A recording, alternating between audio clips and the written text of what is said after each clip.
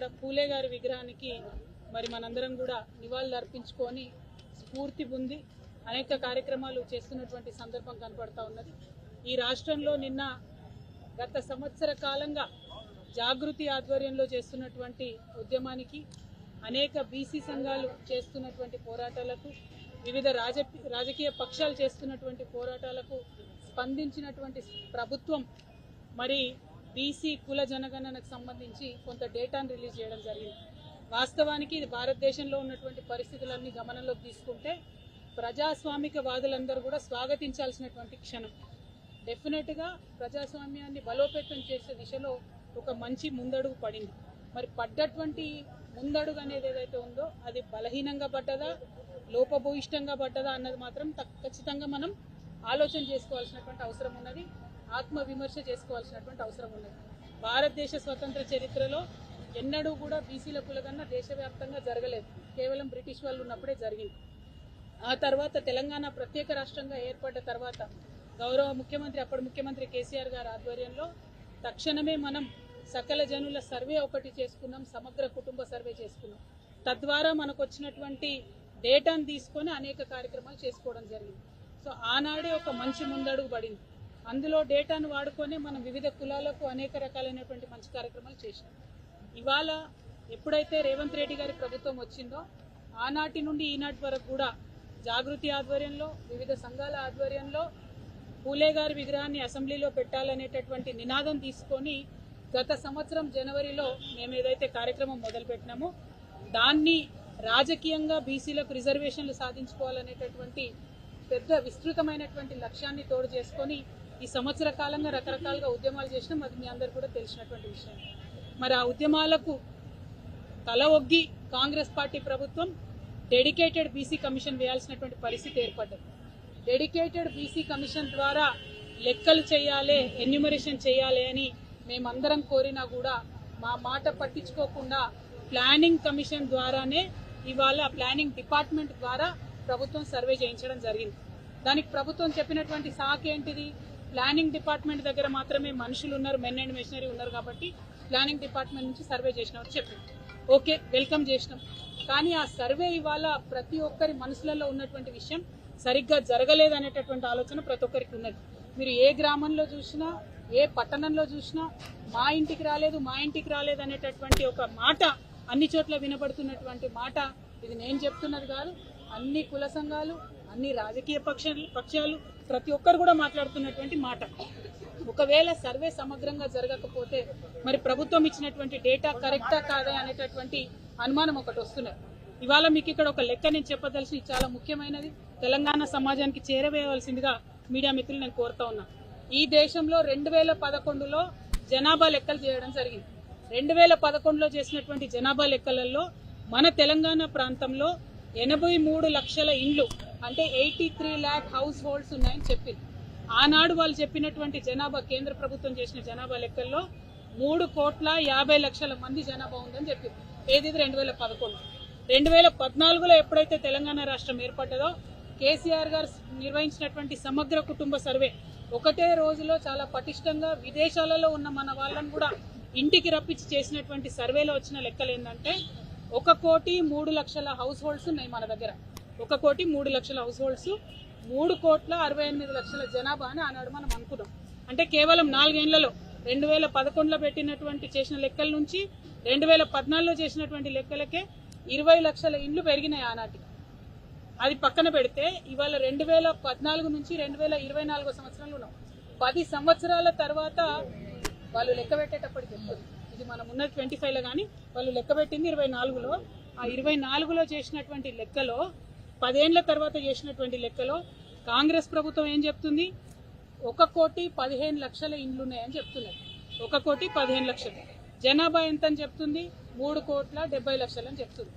మనకు 11 నుంచి 14 వరకు చేసినటువంటి లెక్కలలోనే సంవత్సరానికి 6 లక్షల కుటుంబాలు పెరుగుకుంటూ పోయినాయి. ఆ లెక్కన చూసుకుంటే ఈ 10 ఏళ్లలో ఎన్ని ఇండ్లు పెరగాలి? కనీసం 60 లక్షల కుటుంబాలు పెరగాలి. మనము బీఆర్ఎస్ పార్టీలో మనము 2023 వరకు అంటే 10 సంవత్సరాల్లో ఇచ్చినటువంటి కళ్యాణ లక్ష్మి చెక్కులే, అంటే పేదవారికి ఇచ్చేటటువంటి కళ్యాణ లక్ష్మి చెక్కులే 13,78,000 ఉన్నాయి. అంటే అట్లీస్ట్ కొత్తగా 13,78,000 మంది కుటుంబాలు క్రియేట్ అయినాయి. కానీ ఈ ప్రభుత్వం చెప్పే లెక్కలు ఎట్లున్నది, 12 లక్షలు కూడా పెరిగినాయని చెప్తలేదు. అంటే ఇది ఏ లెక్కన చూసినా కూడా, జనాభా లెక్కల ప్రాతిపదిక చూసినా, సమగ్ర కుటుంబ సర్వే ద్వారా చూసినా, కళ్యాణ లక్ష్మి చెక్కుల ద్వారా చూసినా, ఇంకొక డేటా ఉంటుంది, నేషనల్ హెల్త్ మిషన్ అనే డేటా ఉంటుంది. వాళ్ళు 2 ఏళ్లకు ఒకసారి జనరల్గా దేశమంతా లెక్కలు తీస్తుంటారు, శాంపుల్ చేస్తారు, మొత్తం జనాభా లెక్కలు చేయరు, శాంపుల్ చేస్తారు. అది అథెంటిక్గా కేంద్ర ప్రభుత్వం డేటా. అందులో కూడా వాళ్ళు ఏం చెప్తారంటే 50 నుండి 52% బీసీలు ఉన్నారు తెలంగాణలో అని వాళ్ళు చెప్తుంటారు ప్రతి 2 ఏళ్ల కోసం. కానీ ఇవాళ ఈ ప్రభుత్వం ఏం చెప్తుంది, కేవలం 46.2% బీసీలు ఉన్నారని చెప్తున్నది. మరి ఇది కరెక్టా అన్నటువంటి విషయం ఒక్కసారి రేవంత్ రెడ్డి గారు గుండె మీద చేసుకొని ఆలోచన చేయాలి. మీకు నిజంగానే బీసీల పట్ల చిత్తశుద్ధి ఉంటే మీరు చేసినటువంటి ఆ జనాభా లెక్కల డేటా ఏదైతే ఉన్నదో దాన్ని మీరు రివ్యూకి పెట్టండి. అంటే నేను జనాభా లెక్కలలో నా పేరు ఇచ్చిన బీసీ జనగణన జరిగినప్పుడు, ఒకవేళ నేను వెబ్సైట్లోకి పోయి నా పేరు టైప్ చేసి నా ఆధార్ కార్డ్ టైప్ చేస్తే నేను ఇచ్చిన వివరాలు అందులో రావాలి. మీరు 3,50,00,000 మందిని చేరినామని చెప్తున్నారు. ఆ 3,50,00,000 పత్రాలు ప్రజల స్క్రూటినీకి అందుబాటులో పెట్టాలని చెప్పి నేను ప్రభుత్వాన్ని డిమాండ్ చేస్తా ఉన్నా. ఎందుకంటే ఇంత పెద్ద విషయం చిన్న విషయం కాదు. ఏమంటుంది నిన్న ప్రభుత్వం, ఎంత బాధ అనిపించిందంటే ఆగమాగం నిన్న రిపోర్ట్ ఇచ్చుకున్నారు, రేపు 4వ తారీఖు నాడు పొద్దున క్యాబినెట్ పెడతారట. ఎంతసేపు క్యాబినెట్లో చర్చ, ఇంత పెద్ద విషయం మీద కేవలం గంట సేపు చర్చ. తర్వాత వెంటనే అసెంబ్లీలో ఏం చేస్తున్నారు, షార్ట్ డిస్కషన్, అంటే చిన్న చర్చ, లఘు చర్చ.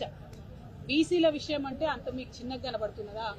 బీసీల జనాభా అంటే మీకు అంత చిన్నగా కనబడుతున్నదా? బీసీలకు రాజకీయ సాధికారిత అనే అంశం మీకు చిన్నగా కనబడుతున్నదా? చిన్న చర్చ పెట్టి ఏం లాభం చేస్తారు మీరు? మీరు చిన్న చర్చ అసెంబ్లీలో పెడితే, లఘు చర్చ పెడితే దానివల్ల ఏం రిజల్ట్ వస్తుంది? మీరు పెడితే అసెంబ్లీలో బిల్లు పెట్టండి, అసెంబ్లీలో కౌన్సిల్లో బిల్లు పాస్ చేసి బాజాప్తా మీరు ఏదైతే చెప్పినో బీసీలకు అట్లా రిజర్వేషన్ ఇవ్వండి. మీ నాయకుడు రాహుల్ గాంధీ గారు మేమెంత ఉంటే మాకంత ఇస్తామని చెప్తున్నారు కదా. 46.3% బీసీలు, 10% ముస్లింలు ఎవరైతే బీసీలు ఉన్నారో వాళ్ళు అందరు కలిపి 56.3% రిజర్వేషన్లు ఇవ్వండి, మీరు అమలు చేయండి. ఇది వల్ల మేము డిమాండ్ చేస్తా ఉన్నాం తెలంగాణ జాగృతి నుండి. ఎందుకోసం ఈ డిమాండ్ చేస్తున్నామంటే మేమెంతో మాకంతే అని చెప్పి దేశమంతా రాజ్యాంగం పట్టుకొని తిరిగే మీ రాహుల్ గాంధీ గారు బీసీల విషయంకి వచ్చే వరకు ఎందుకు వెనక్కిపోతున్నారు? మీరు ఇదే మోసం కర్ణాటకలో చేసిండ్రు, ఇదే మోసం మీరు బీహార్లో చేసిండ్రు, ఇదే మళ్ళీ మీరు తెలంగాణలో రిపీట్ చేసే ప్రయత్నం చేస్తున్నారు. కానీ మర్చిపోకండి, తెలంగాణ బీసీలు చైతన్యవంతమైనటువంటి బిడ్డలు. తెలంగాణ బీసీలకు తోడుగా ఇవాళ యావత్ తెలంగాణ సమాజం నిలబడింది. ఎస్సీలు, ఎస్టీలు, బీసీలు, మైనారిటీలు అందరూ కూడా తెలంగాణలో ప్రజాస్వామ్యం ఎక్కువ ఉంటుంది. ప్రజాస్వామ్యవాదులమైన అందరం కూడా బీసీలకు అండగా నిలబడి ఉన్నాం. మీరు చెప్పిన లెక్కలు కాకి లెక్కలని మేము చెప్తున్నాం. అయినా సరే ఆ కాకి లెక్కల్లో మీరు చెప్పినటువంటి శాతానికైనా తక్షణమే రిజర్వేషన్ ఇచ్చినాకనే మీరు ఎన్నికలకు పోవాలి. మేము ఒకవేళ ఈ లెక్కల గురించి ఎక్కువ మాట్లాడితే మాకు కాంగ్రెస్ పార్టీ నైజం తెలుసు, మా మీద నెపం నెట్టి ఎన్నికలు దూరం చేసే ప్రయత్నం చేస్తారు. కాబట్టి మేము ఇవాళ చాలా డిమాండ్ పక్కడబందీగా న్యాయ నిపుణులతో మాట్లాడి, అన్ని బీసీ సంఘాల కుల పెద్దలతో మాట్లాడి, అందరితో మాట్లాడినాకనే ఈ డిమాండ్ చేస్తూ ఉన్నాం. మీరు ఇచ్చిన కాకి లెక్కలైనా సరే 56.3% రిజర్వేషన్ పెట్టి ఎన్నికలకు పోండి. ఈ లోపల ఒక 15 రోజులు రివ్యూకి టైం ఇవ్వండి. అన్ని నగరాలలో, ప్రధాన కూడళ్లలో ప్రభుత్వం తరఫున మీరు టెంట్లేసి మళ్ళా ఒకసారి ఎవరైనా మిస్ అయిన వాళ్ళు ఉంటే వారి జనాభాను నమోదు చేసుకునేటటువంటి అవకాశాన్ని మీరు ఇవ్వండి. మీకు చిత్తశుద్ధి ఉందంటున్నారు కదా, ఇవ్వండి. నిన్న నాకు ఇంకా డేటా వచ్చింది చాలా, దాంట్లో చాలా మంది బీసీ మేధావులు ఫోన్ చేసి చెప్తున్నారు, క్రితంసారి కేసీఆర్ గారు చేసిన సమగ్ర కుటుంబ సర్వేలో వచ్చినటువంటి బీసీ జనాభాకి ఇప్పుడు వచ్చినటువంటి బీసీ జనాభాకి 21 లక్షల మంది తేడా కనబడుతున్నది. మరి ఆ 21 లక్షల మందికి ఎందుకు అకౌంటబిలిటీ లేదు? క్రితంసారి సమగ్ర కుటుంబ సర్వేలో ఓసీల సంఖ్య చాలా తక్కువగా కనపడ్డది, ఈసారి ఓసీల సంఖ్య చాలా పెంచి కనపడుతున్నది. మరి దీంట్లో ఏంటి మతలబు? ఓన్లీ ఓసీల జనాభా పెరిగి బీసీల జనాభా తగ్గుతుందా, ఎస్సీల జనాభా తగ్గుతుందా, ఎస్టీల జనాభా తగ్గుతుందా అనేటటువంటి ప్రశ్నలు వస్తున్నాయి. కాబట్టి ఈ డేటా మీద అనేక అనుమానాలు ఉన్నప్పటికీ మీరు చెప్పిన లెక్కలనే ఈ ఎన్నికల మందం ఆహ్వానించి మీరు చెప్పిన లెక్కల ప్రకారం ఎలక్షన్లకు బీసీలకు రిజర్వేషన్లు ఇచ్చి వెళ్లవలసిందిగా డిమాండ్ చేస్తా ఉన్నాం. ఎందుకంటే నెపం మళ్ళా మీరు ప్రజల మీద పెట్టి ఇచ్చే ఫలాలు ఇవ్వకుండా ఆపుతారు. కాబట్టి ఇట్లా డిమాండ్ చేస్తా ఉన్నాం. దాంతోపాటు ఒక 15 రోజులు మళ్ళీ ఒకసారి రివ్యూకి అవకాశం ఇవ్వాలి. ఎవరైతే ఎన్రోల్ కాలేదో వాళ్ళు ఎన్రోల్ చేసుకునే అవకాశం ఇవ్వాలి. మేము రేపు పొద్దున అసెంబ్లీలో చర్చ పెట్టినారు, దాన్ని ఆహ్వానిస్తున్నాం. అసెంబ్లీలో ప్రభుత్వం ఇంకా ఏమైనా క్లారిటీ ఇస్తుందేమో కూడా తప్పకుండా వేచి చూస్తాం. ఇచ్చిన తర్వాత కూడా మళ్ళీ బీసీ ఉద్యమాలలో ఎన్నో సంవత్సరాల నుండి పనిచేస్తున్నటువంటి అందరి పెద్దల్ని కూడా కలుస్తాం. కృష్ణయ్య గారైనా, వి ప్రకాష్ గారైనా, ఇంకా అనేక మంది పెద్దలు ఉన్నారు, నాయకులు ఉన్నారు. అందరితోని రేపు అసెంబ్లీ తర్వాత కూడా మళ్ళీ కలిసి సమాలోచన చేస్తాం. అల్టిమేట్ గా తెలంగాణలోని బీసీలకు సాధికారిత వచ్చేంత వరకు, రాజకీయాల్లో మనకు దక్కాల్సిన వాటా మనకు దక్కేంత వరకు పోరాటం ఆగదు. జాగృతి ఈ పోరాటంలో ముందుంటదని చెప్పి మీ అందరికీ తెలియజేస్తున్నాను. Thank you. జై తెలంగాణ.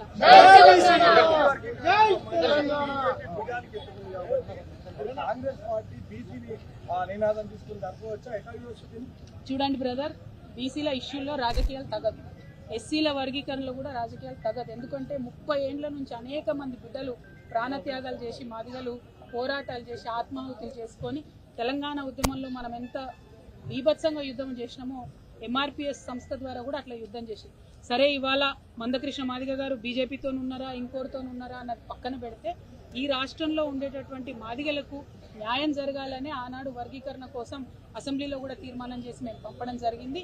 ఇప్పటికి కూడా మేము అదే మాటకు కట్టుబడి ఉన్నాం. తీర్మానం చేసి పంపడం అనేది ఆనాడు ప్రభుత్వం చేసింది.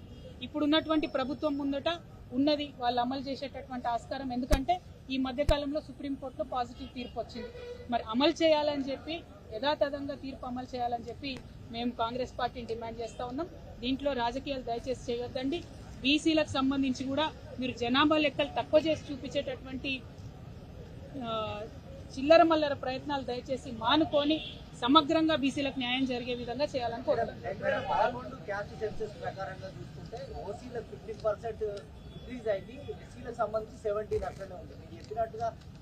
పారదర్శకత లేదని అంటున్నారా? ఒకవైపు మంత్రి మాత్రం 15వ తేదీలోపు స్థానిక సంస్థల ఎన్నికలకు పోదామంటారు.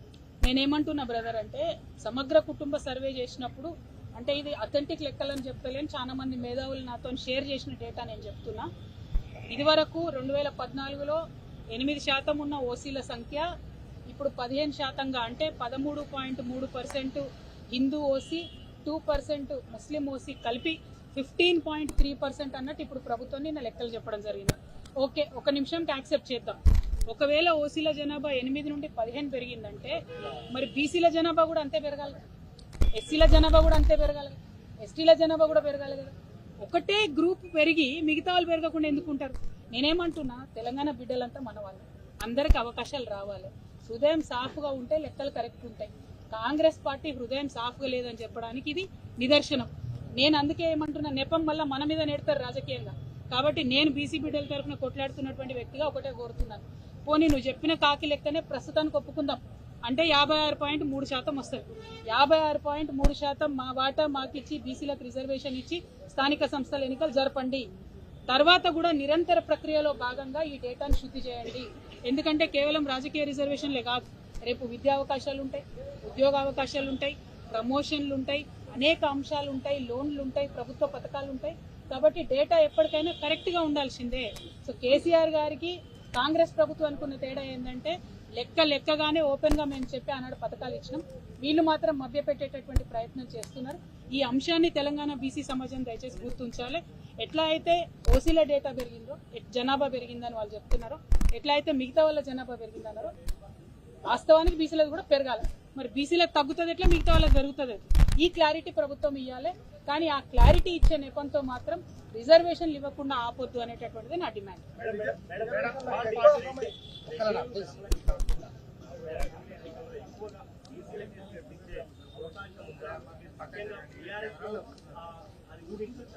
బాబు, ఆంధ్రజ్యోతి బాబు, నువ్వు తెలంగాణలో చిచ్చుపెట్టకయ్యా.